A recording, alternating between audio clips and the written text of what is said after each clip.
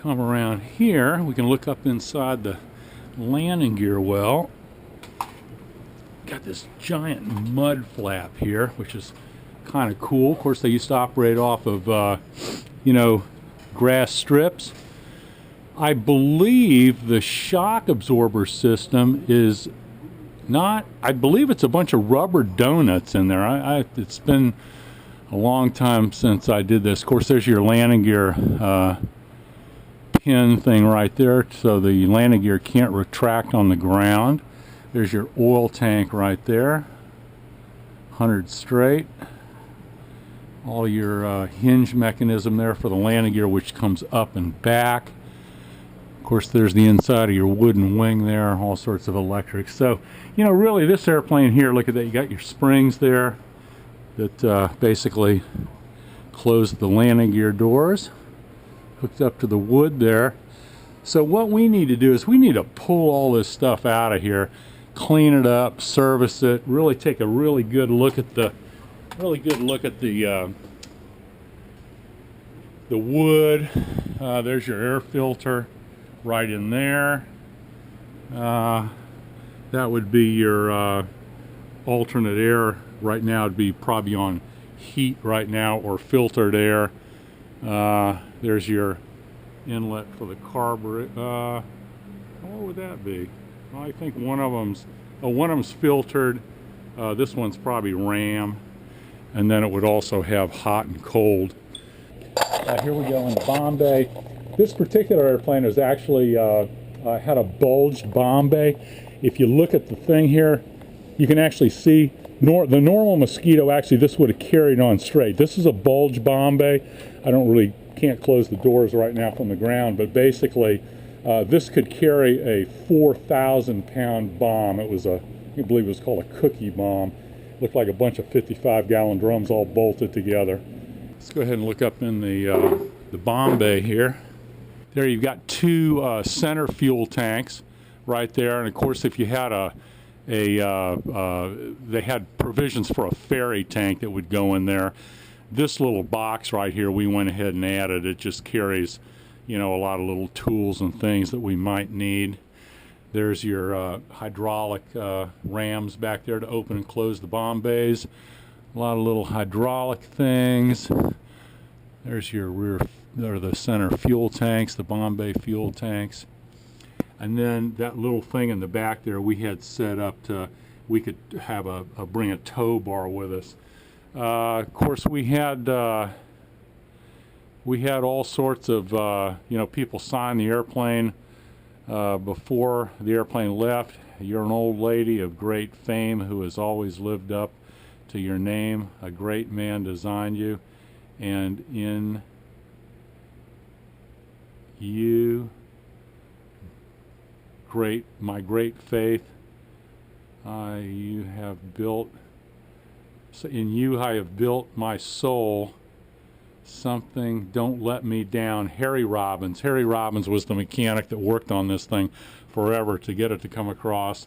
Thanks for the ride. You're in good hands. Keep flying. That was George Aird. George Aird was the one that actually flew the airplane across for me and checked me out in the airplane. He was the British Aerospace test pilot, and he used to fly the British Aerospace one. And here's from the PPS crew, Personal Plane Services, out of Booker Aerodrome in High Wycombe. To Kermit's crew, please look after her. We love her. That's pretty cool. And over here, let's see, absent friends. That's from Lawrence. Lawrence worked for PPS there. Weeks, I've sent a Mosquito rather than a Fokker Eindecker. What about your part of the deal? Tony, that's Tony Bianchi. He was trying to trade me for something I can't remember at the time. And here is love to you and my old girlfriend, Edna, right there. That was Tony's mother. Linda was my girlfriend at the time, Linda Myers. And she flew aerobatics with me. And at one time, I flew this airplane when I brought it up to Oshkosh one year. She followed me in my P-51D. That was pretty cool. Tony Bianchi and Personal Plane Services were the people that actually helped me get it out of Strathallan down to London, where they went ahead and rebuilt the airplane and kind of got it all planned to bring it across the Atlantic. This is how you actually get in the Mosquito, and you unlock it here. There we go. And once you get in, there's a little floorboard right here that we can pick up. Let's set this, I'll just set it down here for now. And then there's a little thing right here that you actually open up that little door, and there's a little ladder that comes out here. It clips right to this little thing right there. Clips out. So we go up the little ladder here. This is the normal opening for the door latch right there. Open and closed. Of course, that's how that works right there. That would be in the locked position right here. That would be open. This right here is an emergency release where you could, you know, just basically push this forward, push that down. The hinge would drop away, and the pilots could jump out, bail out there. And let's see what we got here. Okay, this is hydraulic relief valve behind this panel, which is something you'd have to get to with a screwdriver. Now this is very dark in this cockpit. Push for emergency undercarriage. This right here would be where you would clip your the hydraulic handle right here, which is laying around here somewhere. Anyway, it would hook to that, and the pilot would hand wobble that right there to build up pressure for emergency. Of course, down under here, below the seat, somewhat adjustable. In the back here, we've got the fuel cocks would be for off, straight up. That'd be for the outer tanks. On the right engine there, it doesn't appear that there is a cross-feed system. Let's see. Cabin heat. These would be the firewall shutoffs for the starboard and the port engine, which is what the British use in their terminology. And back there would be some of the electrical stuff there, voltage regulators up there at the top, and all sorts of little things back there. The little yellow box right there is the ELT, which is a modern piece of equipment. The pilot here had a piece of armor plate. He was very important to save, and of course the surf that sat over here was expendable. So, and that particular surf was there to comfort the pilot, obviously make his tea while he was on the mission. And so there's a screwdriver there that we use. There's an axe to break out of the airplane. Up here, there's some jacks right there for the radio. Of course, there would be potentially, could be a bomb sight up here, probably connected to those little brackets right there. And, you know, not a whole lot of room up here. Somebody actually didn't sit up there. What they would do is they would actually, let me get up here. They would actually put this floor system right in here, and they would actually kneel on this and actually look forward there. So they're basically on their hands and knees when they were working there. Okay, down here we've got the we've got a fire bottle that's kind of loose in there. Shouldn't be there actually. Probably needs to be moved. Set that up in the front. So down here we got our rudder pedals. They're actually adjustable. You can actually see how the rudder pedals adjust right here. You know, depending on how tall or short you are. That would be full forward for tall guys like me. Get up in the seat here.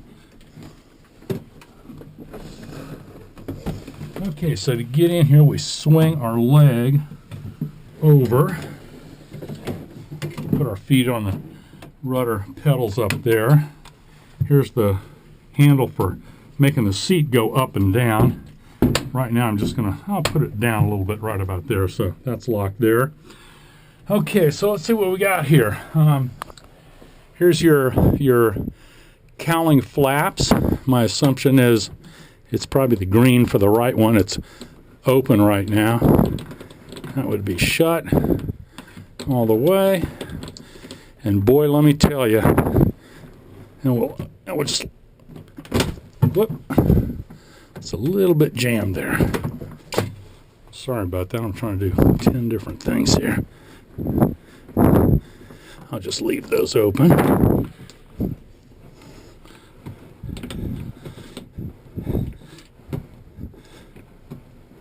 Okay, those should be open.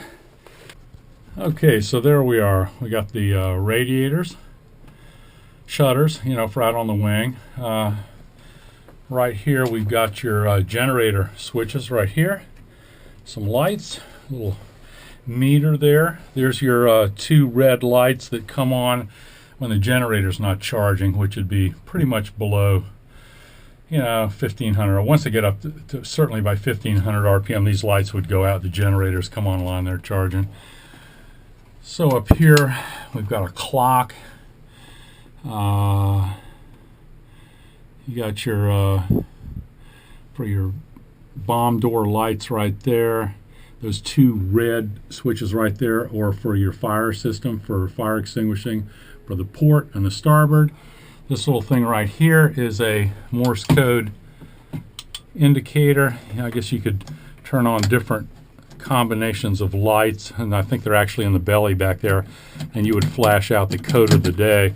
When you would come in at night, there would be a code for every airfield for every different day or something like that, and if you came in and you didn't know the code, they would start shooting at you.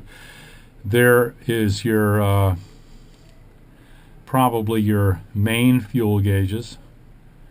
Port starboard, that's probably the other tanks, because there's 2 tanks in the wings, and then there's your center tank right there, which is actually made up of 2 tanks in the bomb bay. These are all your circuit breakers right there. Now right here, the original mosquito panel is up here, and anything below this should have been a hole normally in the wartime configuration, but these were the radios that we brought back the airplane with. So a couple of Kings right there. Look at this, a Loran C. There's your audio panel and stuff, outer marker. So it had a ILS capability. There's your ADF, and there's your transponder. So up here you got a couple of you got a glide slope localizer ILS right there. You got nav 1, nav 2. The other one's just basically a just a VOR localizer 1. You've got DME right here, which is a modern, tells you how many miles you are from the station. So here you got your couple electrical switches here. Trying to get my leg sorted out. So there's your boost pump for the port engine, starboard engine. There's pitot heat. Right here, these are your feathering buttons. Okay, so if you actually lost an engine, you would push one of those that would feather the propeller. I can't remember. It appears that there's a little light in the middle, and I'm not sure if that means there's a fire or whatever. But anyway, I'd have to read the manual. Nav lights, there's that switch right there. And it looks like you got some little light. These things are generally rheostats for the lights right there. You got a little handle right there for doing that. Of course, we don't smoke in the Mosquito.